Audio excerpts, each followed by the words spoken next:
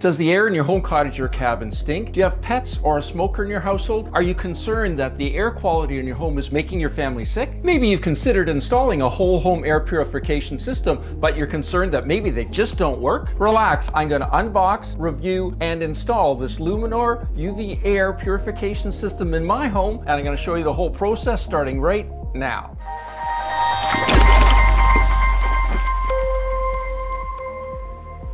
Hi, I'm Gary the Water Guy, and I simplify water and today air purification to help you conquer crappy water and air in your home for your family. By the end of this video, you'll know exactly what lurks inside this box, but you'll have all the information you need to decide if it's the best choice for your family. Now, I'm not only passionate about water quality, but air quality too. In fact, Cheryl and I have had air purification in our home since our first home in 1984. Now, the ones that I found that were the lowest cost, easiest to install, and required the least amount of maintenance were these UV air systems. These systems use ultraviolet light to kill the germs that cause the cold and the flu and freshen the air in up to a 3,500 square foot home. And they'll also alleviate allergy and asthma symptoms throughout your home. And let's not forget, they're super compact and easy to install. Basically what they do is they light up the ductwork inside your furnace.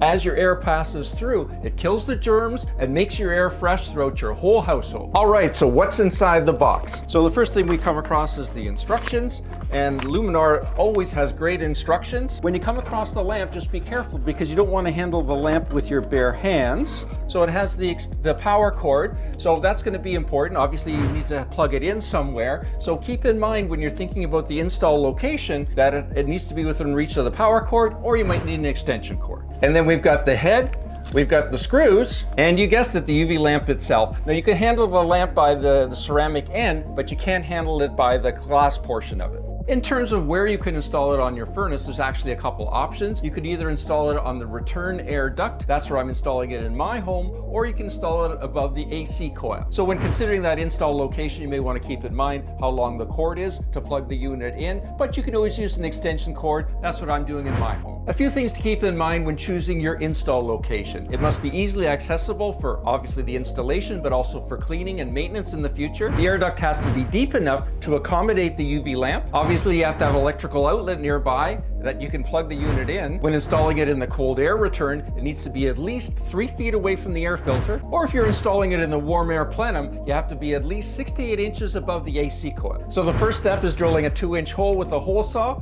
just like I did. And by the way, you'll notice they've got lots of warning stickers on here to make sure that you never have this on and you're actually looking at the ultraviolet light because it could damage your eyes. And then I remove the warning stickers and then screw the mounting plate to the duct with this opening facing off toward the side. So fit the plate over the hole. Now the screws that come with the system are self-tapping screws, or you can do like I did. I drill a small pilot hole and you just tighten that up. So the next step is plugging the lamp into the air controller itself. So you see there's 4 holes in a row and there's 4 pins here. So you just feed the 4 pins into the 4 holes, push it in, and it snaps into place. Then you feed the whole thing in, line up the little slots, then just feed it in with the notches, push it all the way in, and then turn it 90 degrees until it locks in.